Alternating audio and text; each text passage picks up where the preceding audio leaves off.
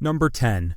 James K. Polk was a single-term president. This was the case for all presidents from 1837 to 1861. They either died in office, failed to win re-election, or failed to even get renominated. Polk was an exception. He was a single-term president by choice. He'd made the single-term pledge all the way back when he was first nominated by the Democratic Party, and he never ran for re-election. Number 9. When inaugurated, Polk was 49, making him the youngest president. He was the first president under 50, and to this day, he holds the place of the 9th youngest president. However, he also had the 3rd shortest life of any president, dying at just 53, 3 months after he left office. Number 8.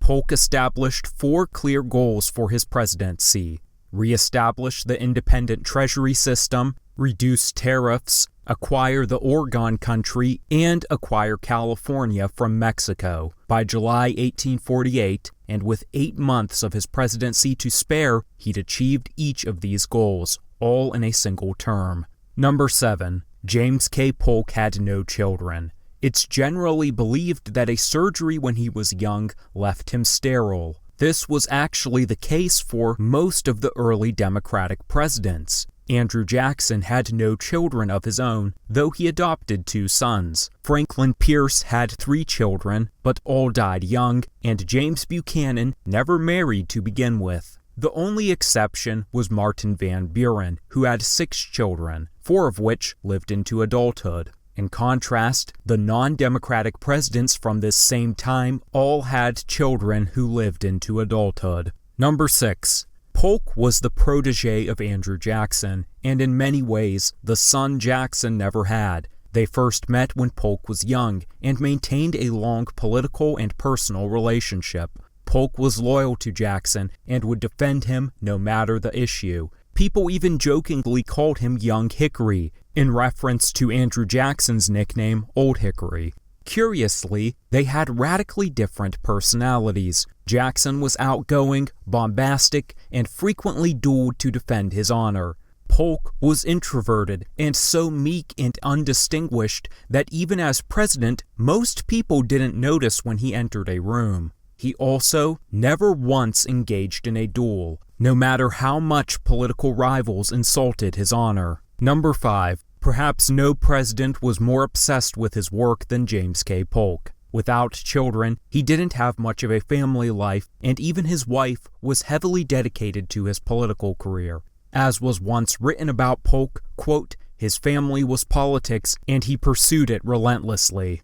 As president, he also had no hobbies. Polk once said, quote, no president who performs his duties faithfully and conscientiously can have any leisure. Number 4. Polk supported slavery. He was born into a slave-owning family, inherited slaves, and continued purchasing slaves even as president. While serving as Speaker of the House, he enforced the gag rule, which meant no one could even discuss slavery. As president, he also supported expanding slavery into new territories. He'd proclaimed slavery was an evil, but did nothing to stop it.